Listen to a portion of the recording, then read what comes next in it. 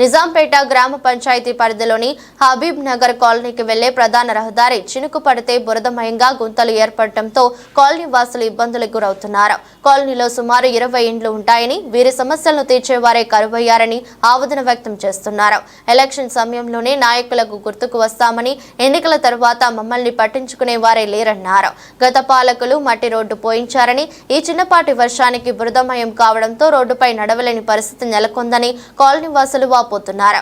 ఏకనైన అధికారులు స్పందించి హబీబ్ నగర్ కాలనీకి సీసీ రోడ్డు మంజూరు చేసేలా కృషి చేయాలని కాలనీ వాసులు వేడుకుంటున్నారు.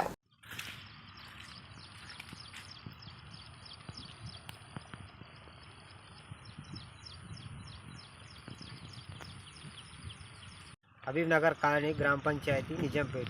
మాది ఎలక్షన్ ఈ రోడ్డు ఏమో బురదగా మారుతుంది. కానీ మాకు గత ఎలక్షన్ టైంలోనే మేము గుర్తుకొస్తాం. రాజకీయ నాయకులు వచ్చి మాకు హామీ ఇస్తారు, కానీ ఎలక్షన్ అయిపోయినాక ఒక్కరు కూడా మాకు స్పందించదు. కానీ ఇప్పటికైనా స్పందించి మాకు రాజకీయ నాయకులు ఒక సీసీ రోడ్ నిర్మించాలని కోరుకుంటున్నాం. అప్పటి వరకు మాకు పోవడానికి రావడానికి, పిల్లలు స్కూల్కి వెళ్ళడానికి చాలా ఇబ్బంది ఎదుర్కోవాల్సి వస్తుంది. కానీ బురద అతిమయంగా మాది రహదారి అయిపోయింది.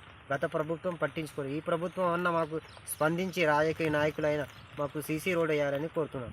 కానీ గత ఎలక్షన్ టైంలోనే గుర్తుకొస్తాం. వచ్చి హామీలు ఇచ్చిపోతారు రాజకీయ నాయకులు, కానీ ఎలక్షన్ అయిన తర్వాత మాకు ఎవరు పట్టించుకునే దిక్కు కరువయ్యారని ఇప్పటికైనా పై అధికారులు, రాజకీయ నాయకులైనా స్పందించి మాకు సీసీ రోడ్డు నిర్మాణం చేయాలని కాలనీ వాసులు కోరుకుంటున్నాము.